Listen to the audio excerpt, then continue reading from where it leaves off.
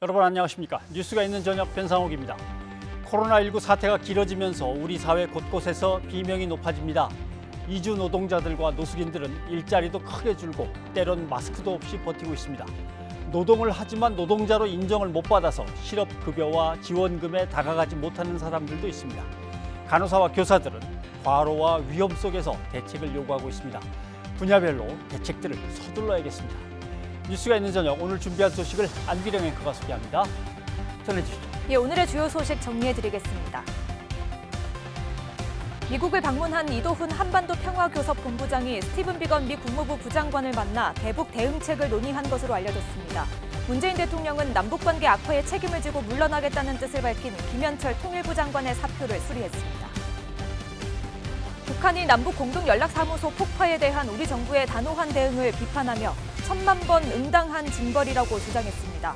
이런 가운데 대북 제재에 코로나19까지 겹쳐 북한 경제가 위기에 빠진 것이 최근의 도발과 관련이 있는 것이 아니냐는 분석이 계속 나오고 있습니다. 북한 도발의 배경을 짚어보겠습니다. 서울의 한 공군 부대에서 황제 복무 논란이 불거져 공군이 감사에 착수한 가운데 육군에서는 지휘관의 갑질 의혹이 제기돼 파문이 일고 있습니다. 잇따르는 군 내부의 갑질 의혹, 취재기자와 함께 자세히 알아보겠습니다. 정부가 강력한 부동산 대책을 발표한 가운데 규제를 피해 다른 지역으로 수요가 몰리는 일부 부작용도 나타나고 있습니다. 이번 부동산 대책의 구체적인 내용과 전망, 참 좋은 경제연구소 이인철 소장과 살펴보겠습니다. 연일 강경 조치를 내놓으며 우리 정부를 압박했던 북한이 대남 비난을 이어가면서도 별다른 공식 발표 없이 숨고르기를 하고 있습니다.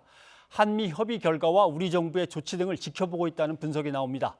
김현철 통일부 장관은 오늘 이임식을 갖고 자리에서 물러났습니다. 황혜경 기자가 보도합니다. 북한 김여정 제1부부장과 통일전선부장 등 당과 정부의 대남 업무 당국자들이 말을 멈췄습니다. 연일 독설과 협박을 쏟아내더니 잠시 숨고르기에 들어간 모양새입니다. 대신 조선중앙통신과 노동신문 등 관영 매체는 공세를 이어갔습니다. 매체들은 연락사무소 폭파는 응당한 징벌이라면서 실속도 신의도 없는 상대와는 마주할 필요가 없다고 단언했습니다. 또 우리 정부가 응분의 책임을 언급한 것을 비난하며 적반하장의 극치라고 주장했습니다. 각계에서 대규모 대남 전단을 퍼붓기 위해 벼르고 있다는 소식도 전했지만 구체적인 조치나 일정은 언급하지 않았습니다. 다음 주로 예고된 탈북단체의 대북전단 살포에 대한 우리 정부 대응이나 한미 간 북핵 수석대표 협의 결과 등을 지켜보고 있을 거란 분석입니다. 한국 정부의 대응 상황을 봐서 여기서 어느 정도로 2단계로 넘어갈 건지 또 넘어가더라도 그 수위는 어떻게 될 건지. 근데 저는 중요한 것이 2단계로 가면 틀림없이 대미 압박이 이제 시작이 될 가능성이 있습니다. 이런 가운데 남북관계 악화에 책임을 지고 사의를 표명한 김현철 통일부 장관의 이임식이 열렸습니다. 북한 개별 관광이나 동해 북부선 추진 등 남북관계 반전의 계기를 만들기 위해 고군분투했지만 코로나19 등 악재 속에 끝내 빛을 보지 못했습니다. 김 장관은 증오로는 증오를 이길 수 없다며 한동안 비바람이 세차게 불겠지만 고비를 견디면 기회는 올 거라고 강조했습니다. 이런 상황에서 새로운 상처를 덧붙이면 치유는 그만큼 어려워집니다. 여기서 멈춰야 합니다. 악화일로에 놓인 남북관계 상황에서 통일부 수장 자리가 공석이 된 가운데 후임 임명이 순조롭게 이뤄질 수 있을지 관심이 쏠리고 있습니다. YTN 황혜경입니다. 김현철 통일부 장관의 사표를 수리한 문재인 대통령은 어젯밤 배석자 없이 김 장관을 만났습니다. 이 정책뿐 아니라 외교 안보 라인의 전면 쇄신 요구에 대한 의견도 들었을 것으로 보입니다. 그러나 후임자 임명에는 시간이 걸릴 것으로 보입니다. 김도원 기자입니다. 문재인 대통령이 김현철 통일부 장관의 사표를 수리했습니다. 이틀 고민한 끝에 분위기 쇄신 카드로 자신을 써달라는 김 장관의 뜻을 받아들인 겁니다. 문 대통령은 사표 수리에 앞서 김 장관을 청와대로 불러 독대했습니다. 문 대통령은 어제 김현철 장관과 만찬을 하면서 사의 표명에 대한 입장을 경청했습니다. 지난해 하노이 회담 결렬 이후 남북 협력 사업을 제대로 진행하지 못했던 원인과 걸림돌이 됐던 한미 워킹그룹의 개선 방향 등에 대한 의견 개진이 있었을 것으로 보입니다. 후임 통일부 장관 인선과 여야 할 것 없이 쏟아내고 있는 외교 안보 라인 전면 교체에 대한 의견도 들었을 전망입니다. 새 통일부 장관에는 내부 승진이나 교수 출신보다는 국가정보원이나 외교부에 휘둘리지 않을 추진력 있는 정치인이 발탁될 가능성이 큽니다.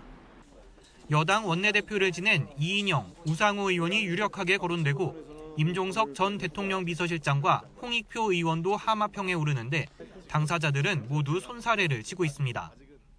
웬만한 벽은 좀 돌파할 수 있는, 깨고 나갈 수 있는 용기 있는 그런 점에서는 당내에서 정부 당내에서 그 의상이 있는 정치인 하는 것도 나쁘진 않죠. 정의용 국가안보실장이 대통령과 통일부 장관의 만찬에 배석하지 않은 배경도 주목됩니다.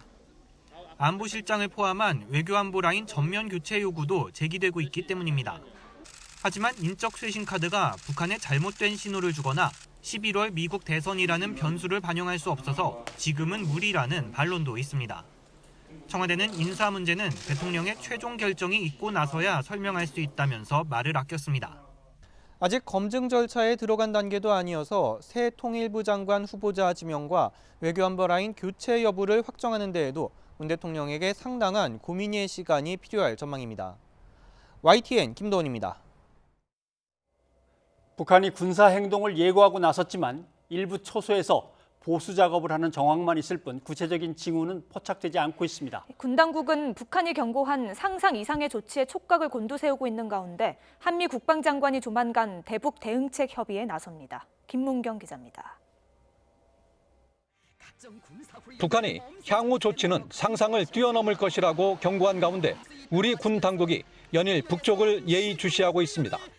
다만 아직 군사 도발과 관련된 구체적인 특이 동향은 파악되지 않고 있습니다. 북한 최전방 초소를 중심으로 진지 보수 등이 이루어지고 있는 것 같다는 게 군의 설명입니다. 군사합의 파기를 목적으로 경계병을 투입하기 위한 사전 작업일 수 있지만 북한이 말한 상상 이상의 조치로 볼 수는 없습니다.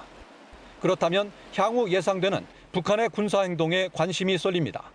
우선 개성연락사무소 폭파처럼 병력 재배치를 예고한 개성공단과 금강산 지역 일부 시설을 폭파하는 경우입니다. 또 도발 주체를 즉각 파악하기 어려운 사이버 공격으로 우리 금융망을 뒤흔들 수 있습니다. 모두 군의 즉각 대응이 불가능하면서도 충격을 극대화할 수 있는 효과를 노릴 수 있습니다.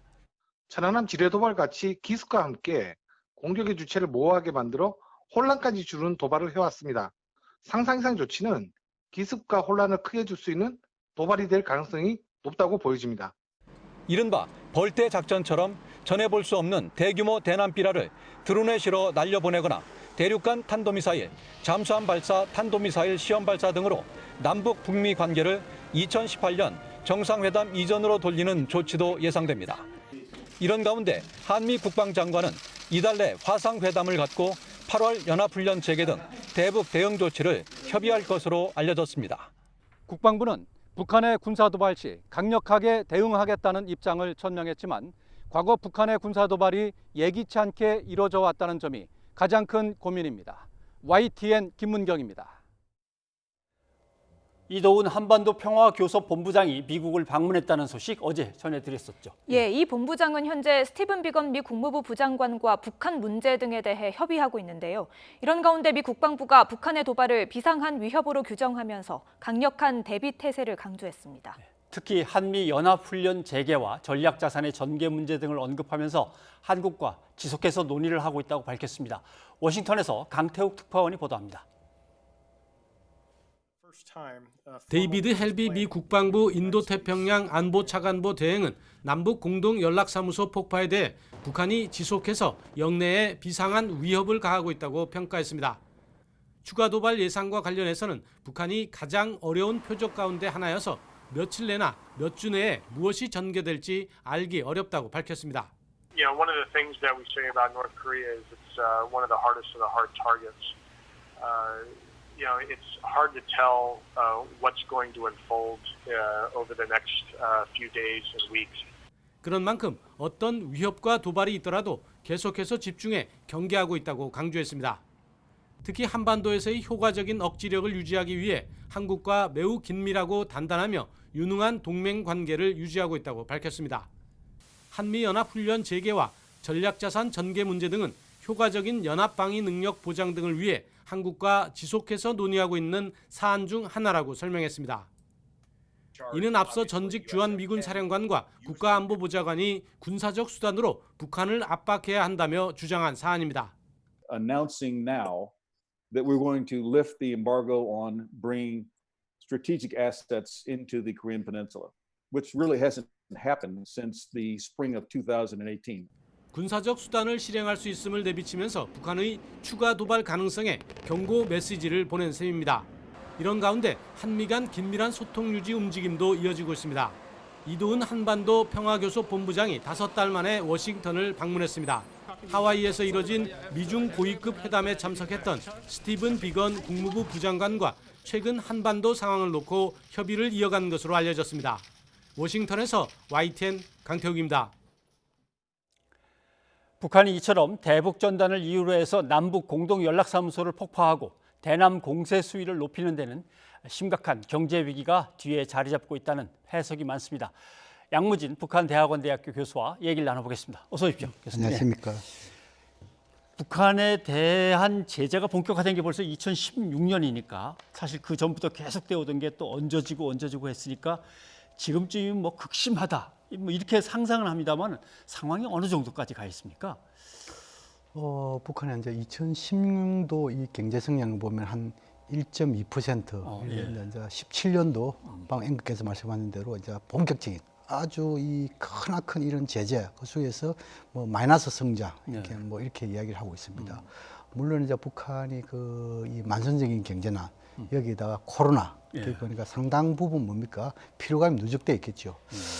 그런 경제난에도 불구하고 지금 이제 보통 우리가 수치로 볼 수 있는 것이 뭐 환율이라든지 식량 가격이라든지 이런 부분에 대해서는 큰 그 변동이 없습니다. 또 우리가 쉽게 경제가 심각하면은 아사자, 꽃제비 이런 것이 우리 익히 뜰 수 있는 용어들 아닙니까? 이런 것이 아직 없습니다. 그런 걸 볼 때 이 경제난으로 불편함 뛰어넘어가지고 약간 옷깃에 설서 정도의 피부를 느낄 정도의 그런 뭐 이 좀 난이랄까요 경제 어려움 그건 있을 거로 생각합니다.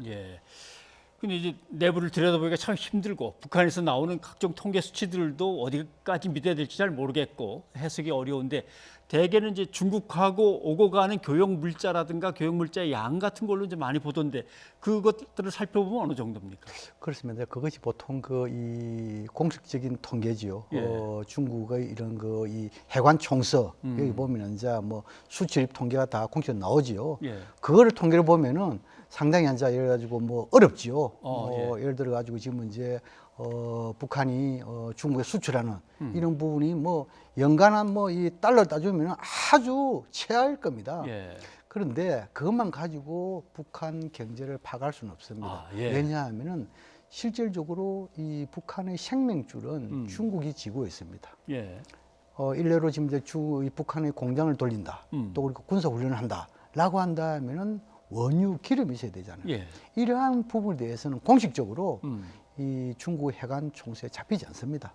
그렇기 때문에 아마 그런 측면을 봤을 때 아마 1년에 비공식적으로 통계 수치에 잡히지 않는 원유가 한 중국으로부터 북한 들어간 게 한 50만 톤 정도 들어가지 않겠냐 이렇게 보여지고 또 공유, 식량 이런 것도 상당히 좀 들어가는 거로 그런 거 봤을 때 아마 중국이 만약에 대북 제재 적극적으로 나선다라고 한다면 북한이 상당히 아파하겠죠. 알겠습니다. 그러고 보니까 대북 제재를 하면서 북한이 이제 예를 들면 우리가 말하는 정제된 이제 석유 이게 들어가는 양을 보니까 사실 대한민국이 하루 쓰는 양을 북한은 1년에 쓰는 거나 마찬가지 양이던데 그게 말이 안 되지 않나 했는데 역시 중국이 따로 챙겨서 뒤로 보내는 것이 아마 있을 거라고 보시는군요. 뭐 그것이 이제 좀 불편한 진실입니다만도 이 중국의 단동에서 북한의 신의주 이 송유관이랍니까? 통해 가지고 가는데 이 북한 신의주의 봉화화학 공장이 있습니다. 그 공장에서 이 연간 한 50만 톤 정도의 그 이 원유가 들어가는데 그 원유를 만약 끊었다라고 한다면은 중국은 북한을 포기하는 것이죠. 포기. 예. 그런데 한 번 정도 한 열흘에서 보름 정도 끊은 사례가 있다고 합니다. 예. 그런데 제가 보기에는 뭐냐면 그것을 끊고 나서 다시 복구할 때 예. 엄청난 비용이 든답니다. 그래서 중국이 북한을 포기하지 않으나 예. 그 송유관을 끌 가능성이 낮다. 또 그런 측면 봤을 때 아마 지금 현재 중국이 북한에 대해서 이런 지원을 할 것이고 또 특히 북한도 90년대 예. 상당히 고난의 행군 겪을 정도로 어려움이 있지 그렇죠. 않습니까? 예, 예. 또 지금 이제 주민들이 당에서 해중보다 스스로 살 수 있는 방법을 가지는 그것이 뭐냐면 장마당이라든지 예. 밀무여랑 이런 게 있지 않습니까? 예. 그런 걸 통해 가지고 지금 이제 생활을 이어나가고 있다. 이렇게 이해하면 될 것 같습니다. 단동이 일단 뭐 중국과 북한의 교역량이 한 70%는 왔다 갔다 한다고 하는데 그것을 통한 수출입량의 변화 같은 것이 이렇게 눈에 좀 띕니까? 지금 문제는 상당히 거의 뭐 바닥이라고 봐야 되겠죠. 바닥이요. 예. 왜 그러냐면 지금 현재 1, 2월, 3월 초까지는 그래도 조금 이 북중 간의 교역이 어느 예. 정도 조금 정대되는 그런 모양새가 나지 않을까 생각했는데 엎친데 겹친적으로 코로나 이것 때문에 북한에서 전면 봉쇄를 붙단 말입니다. 예. 접경 지역을 봉쇄하고 주민 통제에 들어가고 이러다 보니까 수출이 거의 뭐 바닥이고 예. 특히 우리뿐만 아니고 예. 국제기구 또 이런 미국을 비롯한 NGO 단체 중국도 마찬가지입니다만 예. 여기에 대한 지원 인도인 지원품이 굉장히 많이 보냈단 말이에요. 그런데 예. 그것이 대다수가 단동에 쌓여 있습니다. 예. 한 3개 내지 4건 정도가 저 중국에 있는 대련 항구에서 남포를 갔는데 예. 아주 소규모였습니다. 그것은 뭐냐 하니까 북한이 그만큼 이 코로나 비상 방역에 집중하고 있다는 반증이 아닌가 이런 생각이 듭니다. 예. 지금 잠깐 화면에 나왔습니다만은 교역량의 감소폭이 마이너스 뭐 90 이렇게 가까이 가고 95까지 가고 막 하는 게 잠깐 나왔습니다만 이렇게 되면 정말 어려울 텐데 그러면 저렇게 우리에 대해서 강압적인 조치를 내 보이는 것 자체가 경제를 도와달라 이런 목소리로 좀 들어도 될까요? 그것이 이제 그 말씀드리기 전에 네.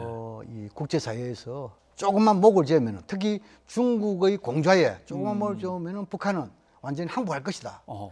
그것이 통하지 않던 것이 예. 김정은 위원장이 2012년도 등생 아닙니까? 그 5개년 동안 보면은 2015년도를 제외하고 예. 거의 다 1.2%의 플러스 성장을 했습니다. 네. 물론 이제 2017년부터 자꾸 낮아졌지만 그럼에도 불구하고 한번 보십시오. 북한에 있는 연맹거리라든지 과학자거리라든지 이 얼마나 지금 하고 있습니까? 또 지금 삼지연, 원산 갈마 다 하고 있단 말입니다. 그래서 이 중국의 이런 통계 숫자 이것만 가지고 북한의 경제적인 이 상황을 평가하는 것은 상당히 무리가 있다 이런 생각이 들고 예. 그렇다면은 지금 이제 북한이 경제적이냐 예. 아니면 정말 존엄과 관련된 부분이냐 지금까지 이렇게 악화된 상황 원인이 이렇게 봤을 때 저는 경제 예를 들어 우리가 비율로 따지면은 경제는 예. 한 2% 정도 아니 한 20% 정도 하면은 실제로 한 80%는 존엄 문제입니다. 북한은 뭐냐면은 존엄모도 결코 좌시하지 않는 특이한 체제입니다. 예. 그런 측면을 봤을 때 저는 경제보다 오히려 존엄 문제 여기에 더욱더 방점이 있다 이런 생각이 듭니다. 네. 자, 그러면 북한이 생각하고 있는 어떤 해법, 기대하고 있는 해법 같은 게 있을 거 아닙니까? 근데 우리는 이거 미국하고 북한 사이에 끼어버린 건데 어디서부터 해법을 실마리를 풀어야 될까요? 지금 이제 북한이 이미 이야기했습니다. 예. 이 최고 지도자는 존엄 이것은 인민들의 삶, 생명, 예. 태양이다 그랬고 이러한 존엄 모독을 예를 들어 가지고 전단을 통해 가지고 이 북측을 보낼 때 예. 이것은 일종의 선전포고 행위다 했어요.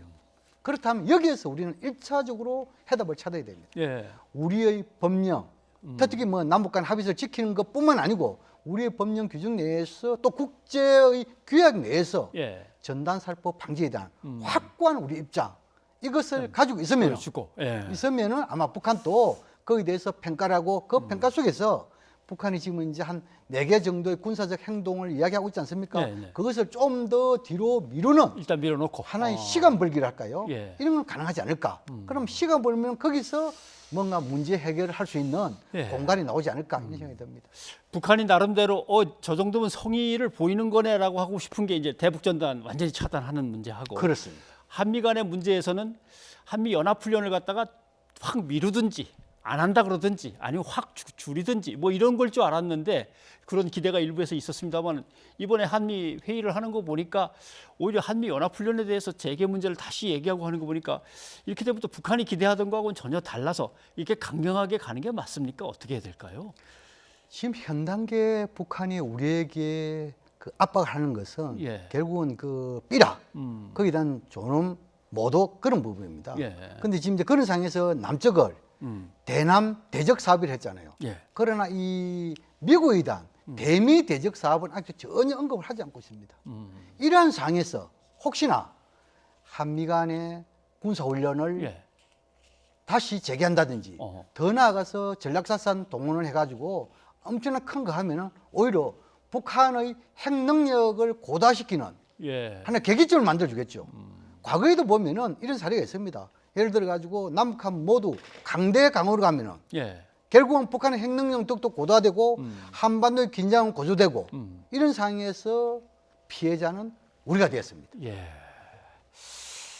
북한은 그러면 뭔가 한국과 미국의 이제 반응이 어떻게 나오는지 기다리고 있을까요? 그러면서도 군사 도발이나 이런 걸 준비를 해놓고 있을까요? 일단 북한은 그 이 대남 대적 사업의 일환으로 예. 군사적 행동 4가지를 예고를 했죠. 예. 물론 그것이 그 이 당중앙군사위원회로부터 승인을 받은 것인지는 불명확하고 혹시 받았다 하더라도 예. 일괄 다 받은 것인지 부분적으로 받은 것은 불확실합니다. 어쨌든 간에 북한은 이런 예고를 했기 때문에 그 예고 중에서 아마 우리 척 북한도 그랬습니다. 남측의 이런 대응에 따라 가지고 예. 자기들 속도와 폭을 조절할 수 있다는 메시지를 보내고 있습니다. 예. 그런 지금 봤을 때 아마 반대하더라도 방금 제가 이야기했다시피 이 전단이라든지 이런 부분에 대해서 확고한 예. 우리의 의지 이것만 보이면 조금 뒤로 밀릴 수 있다 이런 예. 생각이 듭니다. 알겠습니다. 뭔가 이렇게 좀 지혜로운 해법들이 연이어 나와야 될 것 같은데 코로나19 사태가 겹쳐갖고 걱정이 많습니다. 양무진 교수님 오늘 고맙습니다.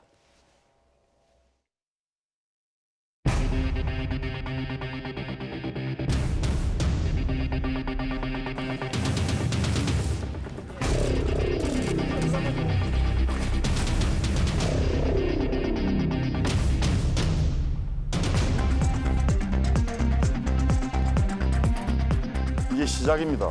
이제 포천을 비롯한 접경 지역에 어떠한 전단 살포 행위도 있을 수 없습니다.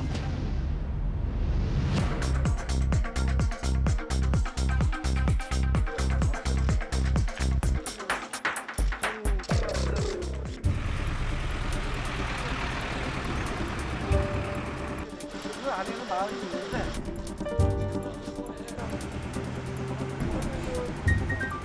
오늘은 어떤 부분을 좀 중점적으로 보시려는지 이렇게. 예, 이 월곤면이 2016년 이후로 13번이나 이곳에서 전단 살포가 이루어졌습니다. 그렇기 때문에 제일 위험한 지역이라서 현장에 와서 김포시장님과 함께 현장을 제대로 점검하고 어떻게 대응 방안을 만들지 고민하기 위해서 왔습니다.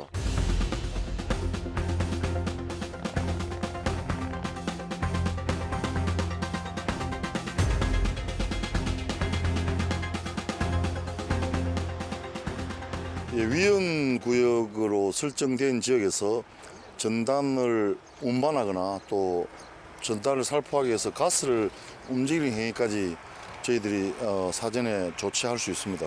행위 발생 가능자에 대해서도 저희들이 행정명령 조치를 전달할 생각입니다.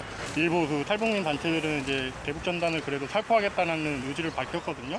거기에 대해서 경기도에서는 어떤 이제 준비를 하고 계시는지.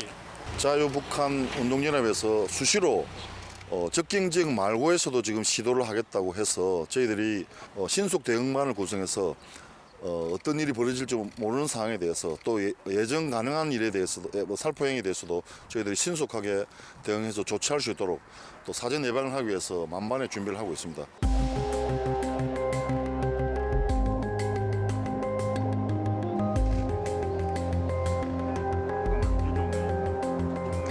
우리가 바라는 건 빨리 이 대북 전단 살포 방지 법을 만들어서 맞습니다. 우리 접경 지역 그 주민들이 안전하게 그 생활할 수 있도록 그렇게 발을 풉니다.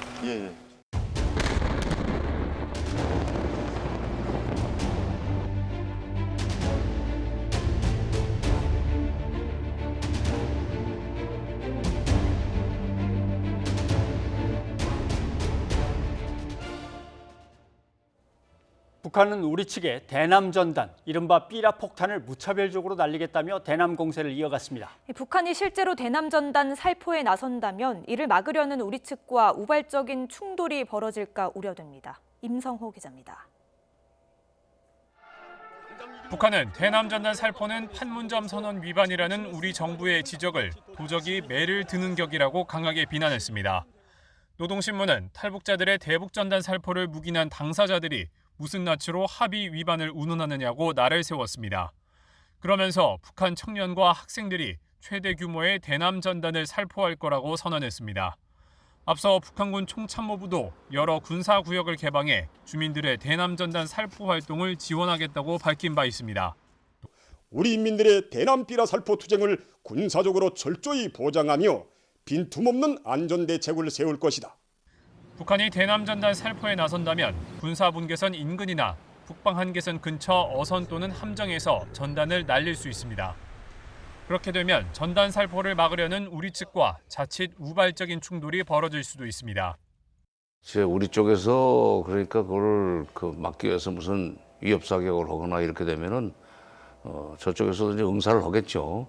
그러니까 군인들이 뒤에 있다고 보고 우리 쪽에서 과잉 대응할 필요는 없죠. 정부는 대북 전단 살포 행위를 엄정하게 차단하면서 북한의 대남 전단 살포 가능성을 비롯한 군사적 동향을 면밀히 감시하고 있다고 밝혔습니다. YTN 임성호입니다. 남북 공동 연락사무소 폭파 이후 나흘째 북측은 별다른 움직임을 보이지 않고 있습니다. 이런 가운데 개성공단과 북한 주민들이 생활하는 모습이 취재진의 카메라에 포착됐습니다. 이경국 기자입니다. 경기도 파주 파평산에서 촬영한 개성공단의 모습입니다. 연락사무소 폭파 당시의 충격은 가라앉고 부근 공장과 민가에는 고요함이 흐릅니다. 반면 연락사무소가 있던 곳에는 폭파의 상흔이 그대로 남아 있습니다. 연락사무소 자리에는 앙상한 철제 뼈대만 보이고 바로 옆 지원센터는 한쪽 창문이 모조리 떨어져 나갔습니다. 교류와 화합의 상징이던 건물은 폐허로 변했습니다. 오두산 통일전망대에서 임진강 너머로 본 북한 기정동 선전마을. 농번기를 맞아 분주한 모습입니다. 협동농장 한가운데 탈곡시설에선 타작이 한창이고 트랙터는 뿌연 연기를 뿜으며 쌓인 곡식을 옮깁니다. 바로 앞 논에서는 주민들이 모여 모내기에 여념이 없고 소가 쟁기를 끄는 모습도 보입니다. 산등성이마다 자리 잡은 북한군 초소에서는 아무런 움직임도 보이지 않습니다. 남북의 긴장 또는 북측의 강경 드라이브가 실제 있었냐는 듯이 북한 주민들의 모습은 매우 평화로워 보이고 폭파 이후 수일째 북측은 별다른 동향을 보이지 않고 있지만 우리 군은 접경 지역에서의 북한군 동향을 24시간 예의주시하고 있습니다. YTN 이경국입니다.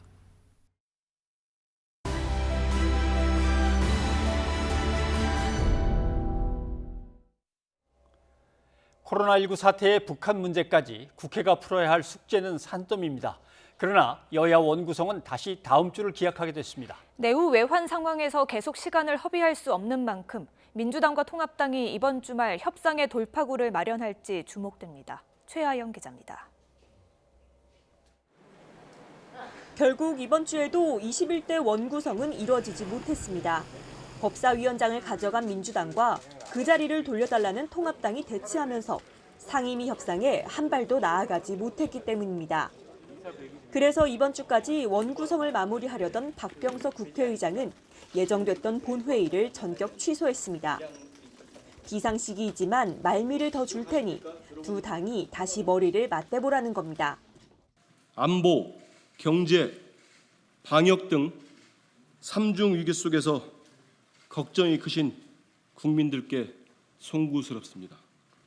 합의의 기준은 오로지 국민과 국익입니다. 이에 민주당은 통합당이 보이콧을 접고 협상 테이블로 돌아와야 한다고 강하게 압박했습니다.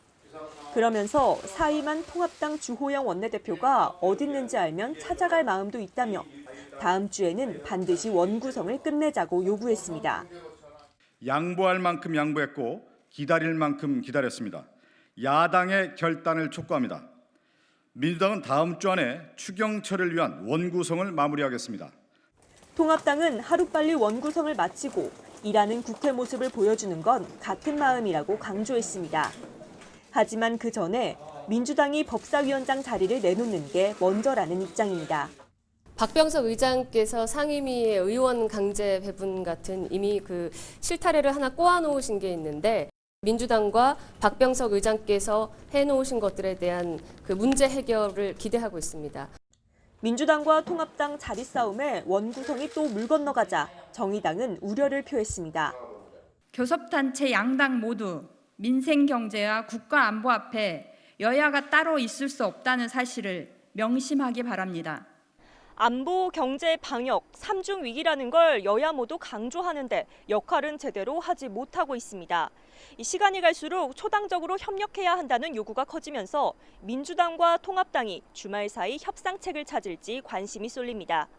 YTN 최아영입니다. 국회 원구성 협상이 지지부진하고 본회의가 연기된 데에는 통합당과 민주당 모두 책임이 있습니다. 결과가 마음에 들지 않는다고 곧바로 사의를 표하고 절에 들어간 통합당 주호영 원내대표도 문제지만 민주당도 집권 여당으로서 조금 더 설득했어야 했다는 지적이 나오고 있습니다. 우철희 기자입니다. 법안 통과의 최종 관문격인 법제사법위원장을 어느 당이 가져갈 것이냐를 두고 한 채 양보 없는 기싸움이 계속되던 지난 15일, 박병석 국회의장은 결국 결단을 내렸습니다. 법사위를 비롯한 6개 상임위의 위원을 강제로 배정하고 본회의를 열어 미래통합당 없이 상임위원장 선출을 강행했습니다. 국민은 국가적 재난을 해결하기 위해 정부와 국회가 손잡고 신속하게 대책을 마련할 것을 엄중하게 요구하고 있습니다. 통합당 주호영 원내대표는 즉각 사퇴 의사를 표명했습니다. 절대 사수를 외치던 법사위원장 자리를 빼앗긴 데 대한 책임을 지겠다는 이유에서입니다. 이후 당내 의원들은 물론 김종인 위원장 등 비상대책위의 재신임 결의에도 충청, 호남 등 전국 4차를 돌면서 뜻을 꺾지 않고 있습니다. 지금까지 제1야당이 맡아왔던 법사위를 못 지켜내고 그다음에 우리나라 민주주의가 이렇게 무너지고 파괴되는 걸 못 막아낸 책임을 지고 사퇴했습니다. 박병석 의장은 19일 본회의를 예고했지만 통합당 측 협상 당사자의 공백 속에 원구성 협상은 실질적인 진전이 전혀 없었습니다. 그 사이 코로나19 사태에 엎친 데 덮친 격으로 북한이 남북 공동 연락사무소 폭발하는 도발까지 감행해 국회가 할 일은 더 많아졌습니다. 하지만 집권 여당인 민주당은 통합당을 향해 국회로 돌아오라고 다그치면서 다음 주에는 원구성을 마무리 짓겠다는 압박을 계속하고 있습니다. 미래통합당의 보이콧은 산적한 국정 현안을 외면하는 국정 보이콧입니다. 민주당은 법과 원칙을 내세우면서 양보할 만큼 다 했으니 억울하다는 입장이지만 원구성 협상이 지연될 경우 다급한 건 결국 집권 여당입니다. 민주당이 좀 더 손길을 내밀어야 한다는 지적이 나오는 이유입니다. YTN 우철입니다. 한명숙 전 총리 사건과 관련해 검찰이 재소자들을 내세워 거짓 진술을 모의했다고 폭로한 이른바 제보자 H, 한은상 씨가 검찰 조사를 거부하겠다고 밝혔습니다. 김진애 열린민주당 의원은 국회에서 한 씨가 보낸 편지를 공개했는데요. 편지에서 한 씨는 진정 사건을 담당하고 있는 서울중앙지검이 자신을 조사하겠다고 했다면서 응하지 않을 것이라고 강조했습니다. 한 씨가 언급한 사건, 또 다른 재소자 최모 씨가 한명숙 전 총리 사건과 관련해 검찰이 거짓 진술을 강요했다며 법무부에 제출한 진정 사건인데요. 최 씨의 진정서를 접수한 법무부는 사건을 대검 감찰부로 넘겼습니다. 하지만 윤석열 검찰총장이 서울중앙지검 인권부에서 처리하도록 지시하며 파문이 일고 있죠. 한 씨는 윤 총장이 지시한 조사는 범행을 축소하고 오히려 왜곡할 수 있기 때문에 응할 수 없다면서 법무부가 직접 감찰하거나 대검 감찰부가 수사하면 적극 협력하겠다고 설명했습니다. 이와 관련해 추미애 법무부 장관이 대검 감찰부에서 직접 조사하라고 다시 지시하면서 논란은 더 뜨거워지고 있는데요. 자세한 내용 홍성욱 기자가 소개합니다. 감찰부장을 외부 인사로 해서 잘한 것이다라고 명분을 삼아놓고 그것을 회피함으로써 스스로 무력화시키는 그런 관례를 만들어서는 안 된다. 그것을 시정하는 조치를 밟도록 하겠습니다. 추미애 법무부 장관은 국회에서 한명숙 전 총리 관련 진정사건 처리에 문제가 있다며 검찰을 강도 높게 비판했습니다. 그리고 당일 곧바로 해당 사건 관련 참고인을 대검 감찰부에서 조사하도록 지시하는 공문을 대검찰청에 보냈습니다.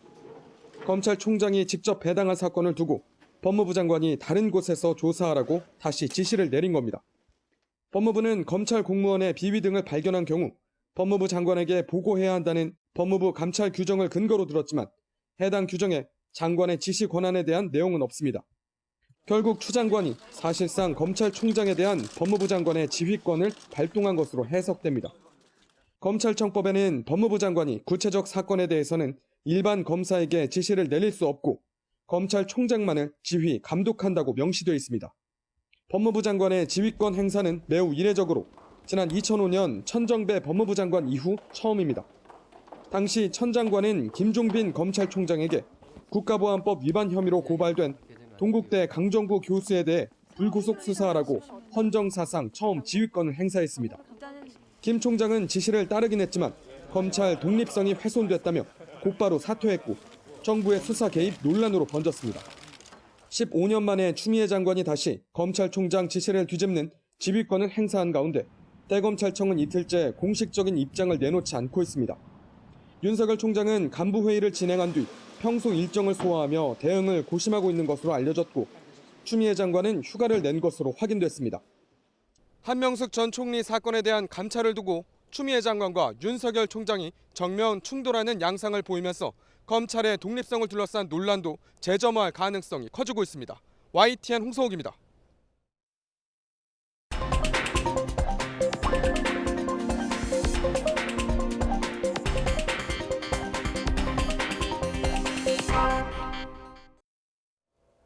서울 수도권 집값이 과열 양상을 보이자 정부가 2달 만에 강력한 부동산 규제 카드를 꺼냈습니다. 6.17 부동산 종합대책의 내용과 부동산 시장 상황을 전망해 보겠습니다. 참좋은경제연구소의 이인철 소장이 나와 계십니다. 예, 시청자자 여러분도 궁금하신 점 있으시면요. 샵 0945로 문자 그리고 유튜브 댓글로 보내주시기 바랍니다. 네, 우선 부동산 대책 이후에 시장이 어떻게 반응하고 있는지 백종규 기자가 다녀왔습니다. 한번 리포트를 보고 같이 얘기를 나누죠. 이번 부동산 대책에서 규제를 피한 김포 한강 신도시입니다. 대책 발표 전 규제 지역 제외 소식이 퍼졌고 이어 6.17 대책이 발표되자 투자자들이 움직이기 시작하면서 며칠 사이 호가가 껑충 뛰었습니다. 이곳 김포뿐만 아니라 함께 규제를 피한 파주 등에서도 부동산 대책이 발표된 이후 시장에 불이 붙은 모양새입니다. 이에 따라 집주인들이 매물을 걷어들이면서 호가가 높아지고 있습니다. 매수 문의도 빗발치고 투자자들은 집을 보지도 않고 계약금을 넣고 있습니다. 풍선 효과로 시세 차익을 노릴 수 있다는 기대감이 반영돼 매수자들이 몰린 겁니다. 전체적으로 대투자분들도 많고 실수자분들도 많이 들어오셔서 금매를 다 하셨고요. 거래를 해드리고 싶어도 물건이 없어서 못해요. 이와 반대로 한강을 사이에 두고 북쪽에 있는 고양시는 분위기가 가라앉았습니다. 3기 신도시 발표 이후 거래가 끊기면서 집을 파는 것 자체가 어려웠는데 지난해 11월 조정 대상 지역 해제 이후 숨통이 잠시 트였지만 또다시 규제 지역으로 묶인 겁니다. 규제가 또 묶어버리니까 이 지역 사람들은 아주 복잡하죠. 정부에 대한 그 정책에 대해서 불편함이 너무 많아요. 일산뿐만 아니라 인천 검단, 양주 신도시 주민들의 반발도 이어지고 있습니다. 국민청원 게시판에는 이번 규제가 형평성에 어긋난다며 지역 설정을 다시 해야 한다는 글이 잇따르고 있습니다.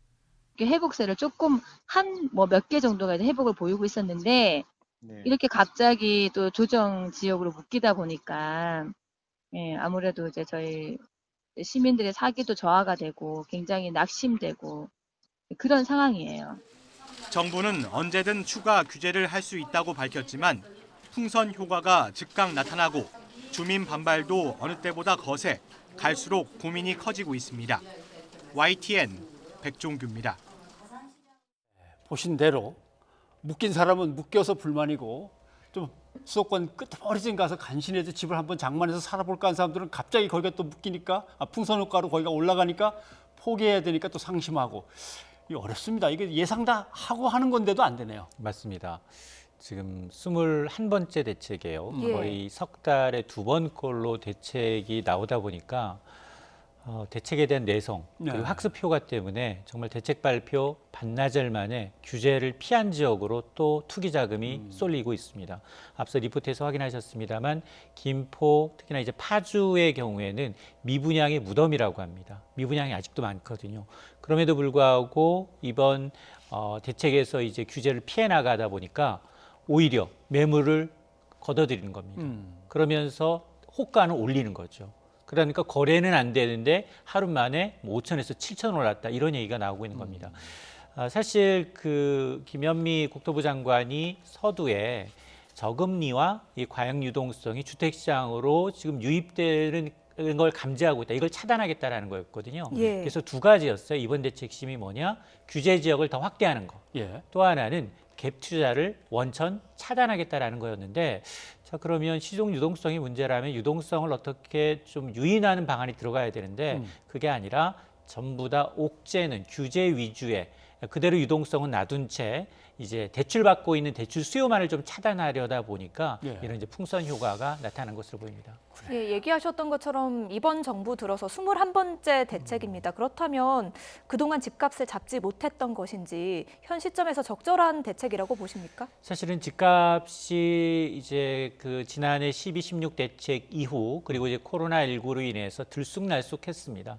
들쑥날쑥했는데 6월 첫째 주 들어서 좀 불안한 조짐을 보였어요. 특히나 네. 서울 집값의 경우에는 6월 첫째 주 보합, 둘째 주 들어서 한 주 만에 0.02%가 올랐는데 아니 뭐 소수점이야 두 자릿수가 얼마나 하겠어라고 하겠는데 이거는 매매, 집값과 매매 전세는 억 단위입니다. 이게 또 한쪽 방향으로 누적되게 되면 굉장히 커질 수 있습니다. 이런 측면이 좀 컸고요. 그리고 이 집값보다도 더 급했던 게 전세 가격이었어요. 예. 전세 가격은 지난해 7월 이후 지금 10개월째 신압으로 오르고 있습니다. 그래서 이 사실은 요번에 지금 빠져 있는 게 아쉬운 게 지금 전세 대책도 좀 빠져 있는 상황인데요. 이런 게 지금 단순히 서울의 문제가 아니라 전국적 특히나 수원, 인천, 경기, 대전, 청주까지 내려갔다는 겁니다. 예. 이제 이 대전의 경우에는 1년간 상승률이 11%가 넘었어요. 집값 상승률이. 자, 그러다 보니까 이번 규제, 특히나 규제는 3단계입니다. 가장 느슨한 규제가 조정 대상 지역. 그 위에 투기 과열지구, 또 위에가 투기 지역이 있거든요. 예. 근데 서울은 이미 다 투기 지역으로 다 묶여 있고요. 예. 그리고 이제 요번에 이제 조정 대상 지역이 25개를 더 포함시켜서 69곳으로 그 투기 과열 지구도 17곳을 추가해서 총 48곳으로 늘어난 겁니다. 예. 자, 고강도 규제책을 내놓고 또 내놓게 됐는데 김현미 장관이 그 배경 설명하는 장면을 잠깐 한번 보고 다시 돌아오죠. 최근 주택시장에 이상 기류가 감지되고 있습니다. 역대 최저 수준의 금리와 급격히 증가하는 유동자금이 주택시장으로 재유입되면서 서울 및 수도권, 일부 지방에서 과열 현상이 다시 나타나고 있습니다. 예. 사실 주택주무부처 장관이면은 어떻게든 집을 구해서 살게 해드리겠습니다. 이런 발표를 많이 내놔야 되는데 맞습니다. 계속 규제만 내놓고 거기다 뭐 유동성 문제만 얘기를 하니까 좀 답답하긴 한데 대책 발표 이후에 분위기는 어떻습니까? 일단 앞서 말씀드렸습니다만 이번 대책들의 주요 내용 골자를 좀 보면 이제 규제 지역이 늘어났고요. 예. 그리고 이제 전세를 끼고 주택을 살 수 없도록 특히나 예. 이제 규제 지역 내에서는 3억 원을 초과하는 주택을 구매할 경우에는 전세 대출 자체가 안 됩니다. 이거 보증을 못 하도록 했어요. 보증을 받지 못하면 은행에서는 전세를 내주지 않습니다. 그렇죠. 그러니까 3억 원을 초과하는 주택.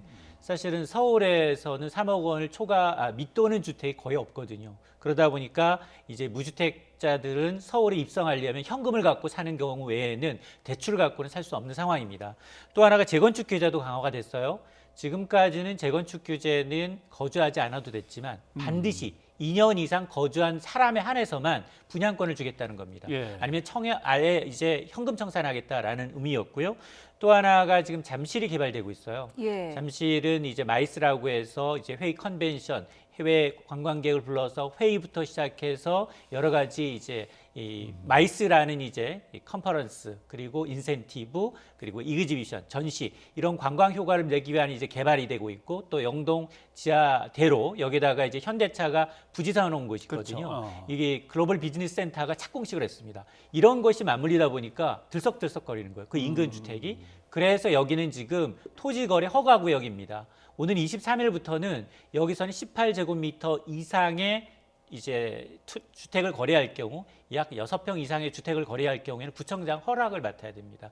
자, 이런 것들이 발표되다 보니까 그리고 이제 지금 강남권에서는 이 규제에 해당하는 특히나 재건축은 매물이 나오고 있습니다. 예. 실제로 2년 거주 못한 매물들 특히나 재건축에 조합 설립이 안 된 쪽으로 인해서 매물이 나오고 있는 게 사실이고 앞서 이제 파주나 김포 쪽에서는 오히려 이제 규제를 피하면서 호가도 올라가고 있고 여기서 또 문제가 뭐냐면 실수요자들이 난리가 난 거예요. 실수요자의 개념이 바뀌었어요. 지금까지는 실수요자는 무주택자이면서도 전세 끼고 사실은 집값이 너무 많이 올랐기 때문에 전세를 예. 끼고 사지 않을 수 없습니다. 예. 서울의 주택 가격은 중위 가격이 8억에서 9억 사이입니다. 그렇죠. 그러니까 이걸 현금 갖고 살 수는 없거든요. 그러다 보니까 전세를 끼고 살고 전세를 물면서 내가 어느 정도 자본이 축적돼야 되는데 지금은 서울에 입성하게 되면 반드시 본인이 6개월 이내로 집을 들어와야 합니다. 아, 예. 사자마자 6개월 이내에. 그렇습니다. 예. 입성을 해야 되기 때문에 그러다 보니까 이게 실거주의 개념이 이제 정부가 지금 추계하는 실거주와 그리고 본인 이제 무주택자들이 생각하는 실거주와 지금 갭이 생긴 겁니다. 예, 그 전세를 끼고 집을 사는 게 또 갭 투자라고 하잖아요. 요즘은 20대, 30대도 이 갭 투자에 많이 뛰어든다고 하는데요. 이번 대책에서 눈에 띄는 게 이 갭 투자를 좀 막겠다는 거였거든요. 맞습니다. 어느 정도 심한 상황이었습니까? 강남 4구의 갭 투자 비중이 예. 어느 정도이냐? 전세 보증금을 승계한 비중이 72%예요. 예를 들어서 10억짜리 강남 아파트를 사는데 전세 보증금이 7억 2천만 원. 그러니까 현금 2억 8천을 갖고 있고 산다는 겁니다. 예. 그럴 경우에 대출 없이 현금을 갖고 있으면 그건 막을 방법이 없습니다. 예. 그런데 현금을 2억 8천을 갖고 있지 못한 이제 무주택 서민이 대출을 끼고 이건 들어갈 수가 없다는 겁니다. 자, 그러다 보니까 이렇게 이 저금리가 지속되다 보니까 이 갭 투자가 서울 그다음에 수도권 그리고 앞서 이제 대전 청주까지 내려가 있는 상황이어서 앞으로는 3억 원을 초과하는 이 규제 지역 내에서는 전세 대출을 끼고는 못 사도록 하겠다라는 거였거든요. 예. 그러다 보니까 이제 가장 강력한 이 대책이다라고 하는 건데 그럼에도 불구하고 지금 이 굉장히 21번에 걸쳐서 대책이 규제를 하다 보니까 굉장히 촘촘해졌어요. 예. 촘촘해지다 보니까 오히려 무주택 서민들이 이거 나는 그러면은 내가 원하는 곳에서는 살지 못하느냐.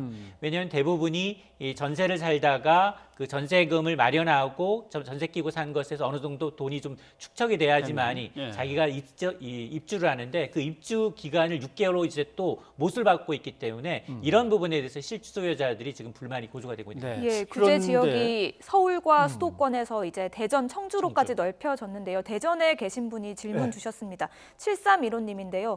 대전이 투기 과열지구가 됐는데요. 원래 재당첨 제한이 끝나는 연도여서 청약을 준비하고 있었습니다. 5년 지나야 됩니까? 하셨습니다.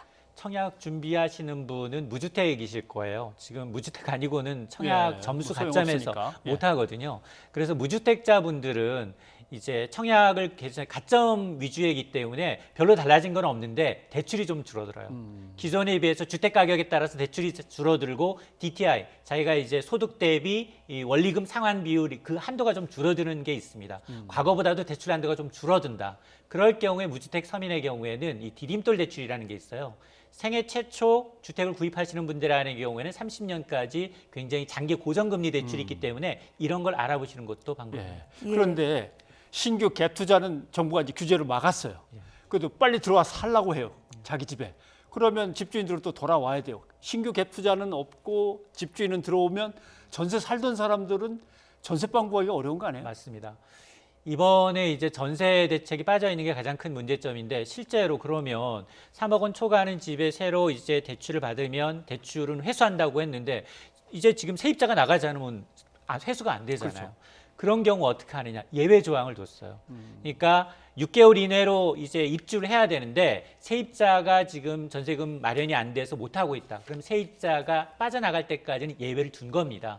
이게 이제 가장 큰 불만이기도 한데요. 그러다 보니까 이제 예외적으로 이제 뭐 이제 직장 이동이라든가 아니면 부모를 봉양한다든가 이런 부분에 대해서 예외 한두 개를 두고 있습니다.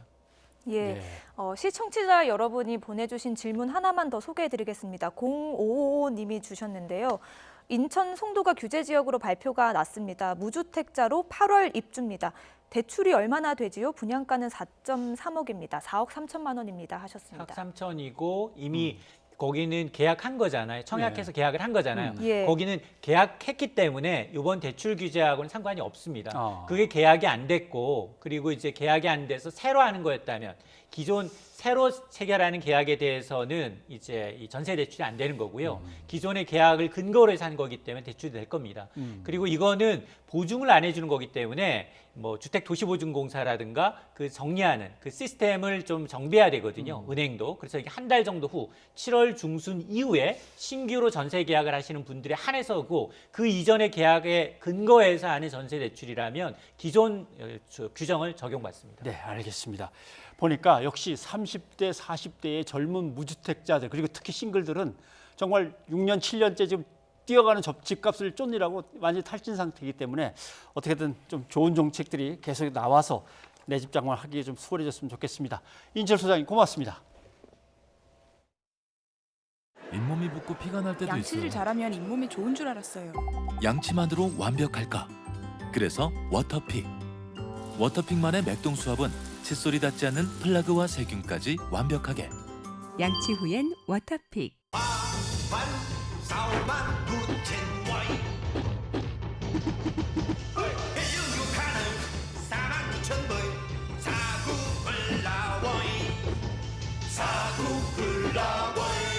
대한민국 프리미엄 주거 문화의 기준 DH.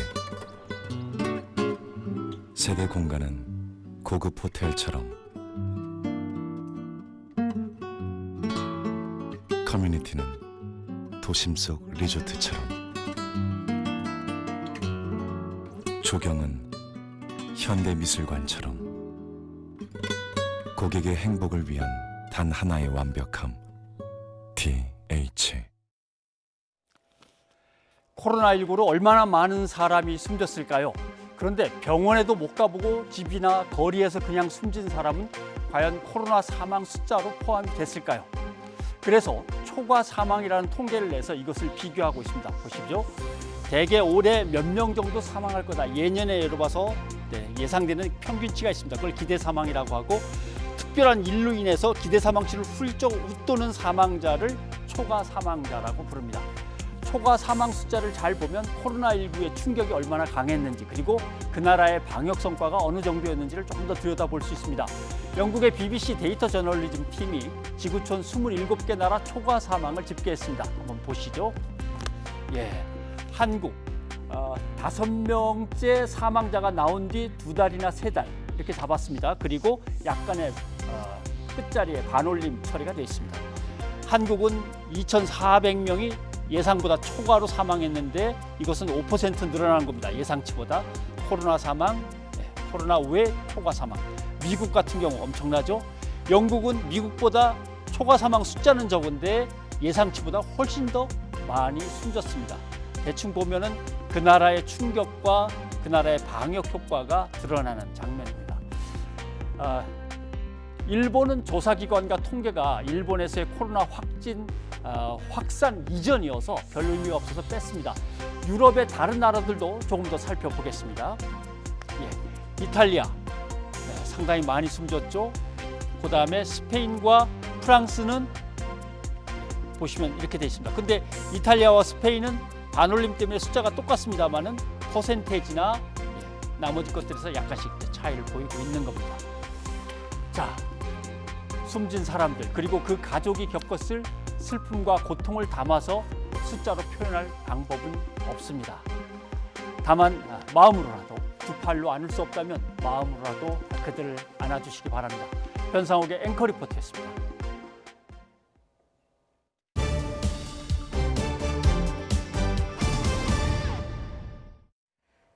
방문 판매 업체에서 시작된 대전 지역의 코로나19 집단 감염이 요양원과 찜질방 등으로 확산하고 있습니다. 감염이 빠른 속도로 확산하자 대전시는 생활 속 거리 두기를 고강도로 시행하기로 했습니다. 이상곤 기자입니다. 요양원 주차장에 임시 진료소가 마련돼 코로나19 진단검사가 이루어집니다. 방문 판매업소 관련 확진자와 접촉한 요양보호사 50대 A씨가 확진 판정을 받으면서 내려진 조치입니다. 요양원 입소자와 직원 등 107명은 이동이 제한된 상태로 코로나19 진단검사를 받았습니다. 확진자의 자녀가 다니는 중학교는 등교한 학생들을 귀가시켰습니다.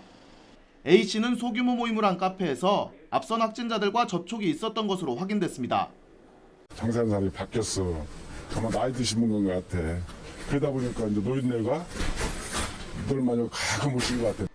방문 판매업소 관련 또 다른 확진자가 방문한 충남 공주의 한 찜질방에서도 추가 감염이 확인됐습니다.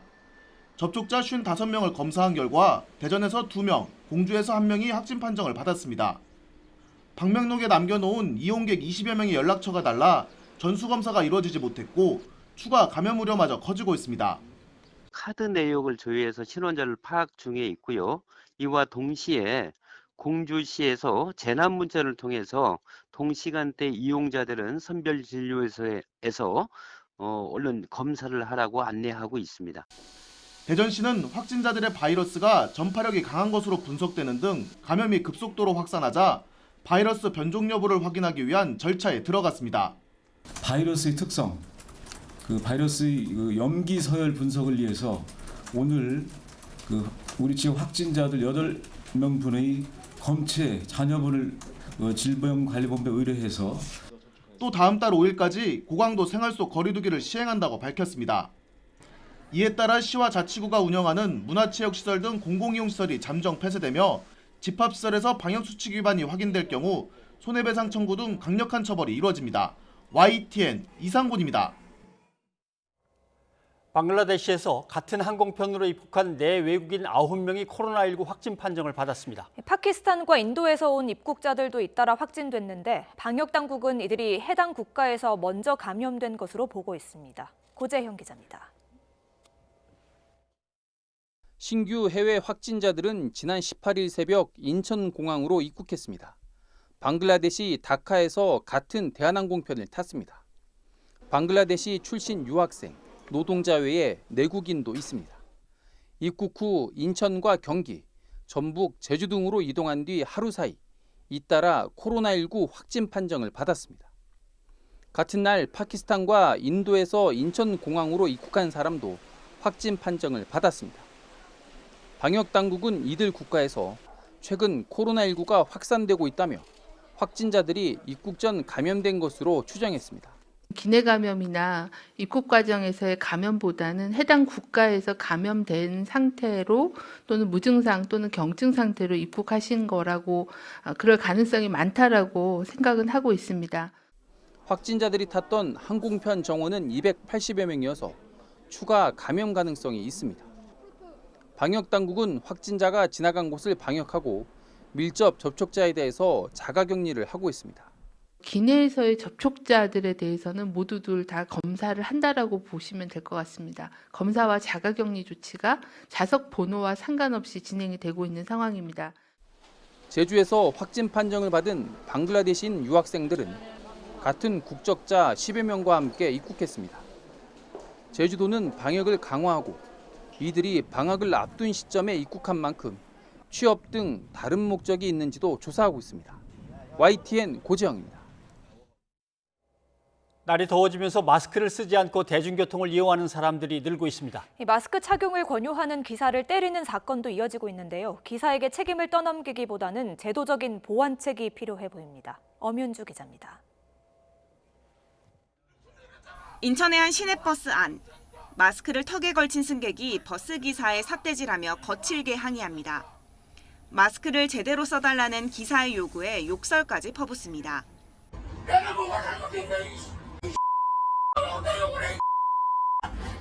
폭언은 계속됐고 승객 20여 명이 탄 버스는 5분가량 멈춰섰습니다.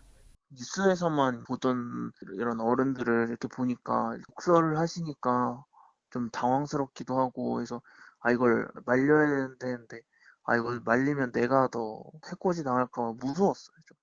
지하철에선 마스크를 쓰지 않은 채 큰 소리로 대화하던 승객들과 이를 말리는 다른 승객이 말다툼을 벌인 일도 있었습니다.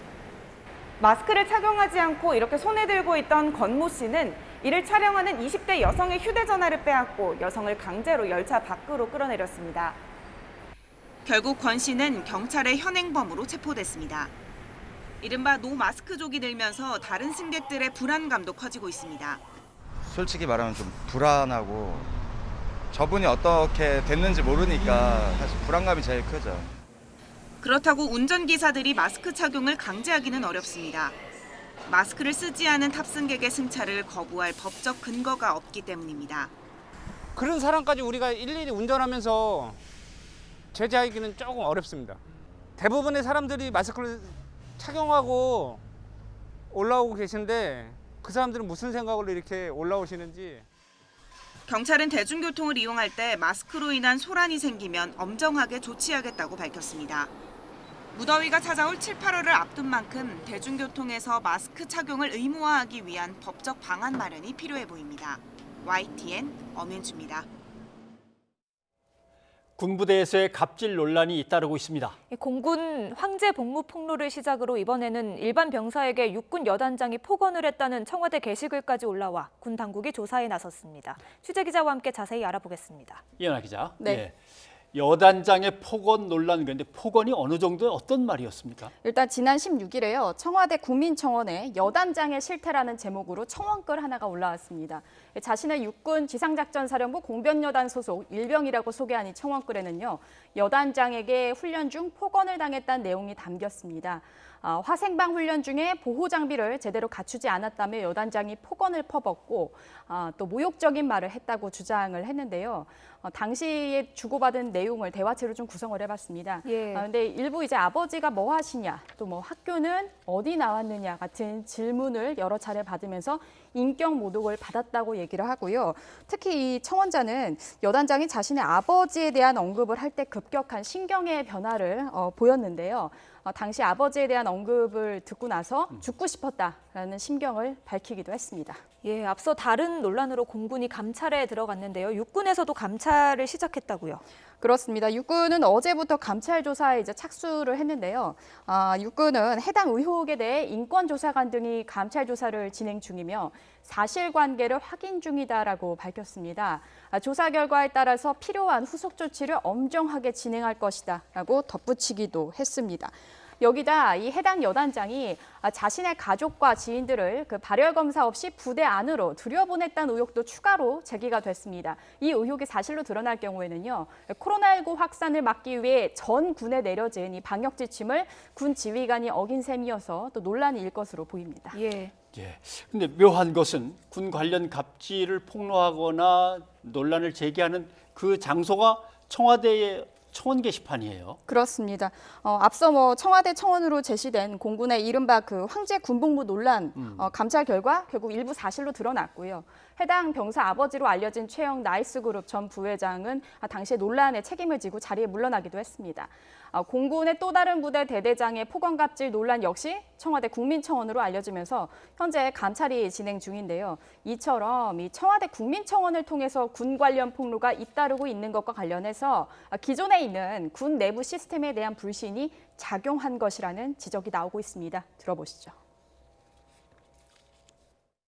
인권 침해의 주체가 되는 사람들이 다 지휘관급입니다. 상급 지휘관이 어떤 비위 행위나 비리를 저질렀을 때 신고를 하거나 제보를 할 수 있는 군내 정상적인 루트가 잘 작동하지 않고 있고 잘 마련도 안 돼 있다라는 것이죠. 그리고 기본적으로 내부 시스템에 신고를 했을 때 저 높이 있는 장군이나 이런 사람들이 잘 처벌을 받을 수 있을까에 대한 불신도 또 장병들에게 있다는 거죠. 네, 지금 말씀드린 여러 가지 상황들을 좀 앞서 밀어보면요. 현재 이 청와대 국민청원 게시판은 군인청원이라는 말이 나올 정도입니다. 따라서 군대 내 조직 문화에 대한 근본적인 개선이 필요하다는 목소리가 커지고 있습니다. 예. 이현아 기자, 수고하셨습니다. 이어서 시청취자 여러분의 의견 소개해드립니다. 네, 6.17 부동산 대책과 관련해서 8468님, 오늘 부동산을 갔는데 전세는 없고 매매가는 대책 전보다 올랐습니다. 이렇게 해주셨습니다. 예, 9522님, 아파트 값이 올랐다는 소리를 들을 때마다 앞이 캄캄합니다. 집 없는 서름이 이렇게 큰 줄은 몰랐습니다. 하셨습니다. 그리고 9330님, 이번 주말이 걱정입니다. 코로나 확산 우려와 함께 북한의 도발 가능성도 배제할 수 없을 것 같습니다. 하셨군요. 예, 정치권에 대한 우려도 보내주셨는데요. 2813님, 코로나19와 남북 문제로 처리할 일이 많은데요. 싸우는 국회가 아니라 일하는 국회를 보여주셨으면 합니다. 하셨습니다. 예, 여기까지 여러분의 의견 소개해드렸고요. 오늘은 장혜진과 한동근의 서쪽 바다 들려드리고 마치겠습니다. 일제에 강제로 동원됐다가 돌아오지 못한 희생자들을 기리는 기억의 터가 부산에 문을 열었다고 하죠. 네, 6월 한 점 찾지 못한 일제 만행의 피해자 815명의 위패가 봉안됐습니다. 코로나19 사태로 하루에 600명 선착순으로만 입장할 수 있다고 합니다. 저희는 다음 주에 찾아뵙겠습니다. 고맙습니다.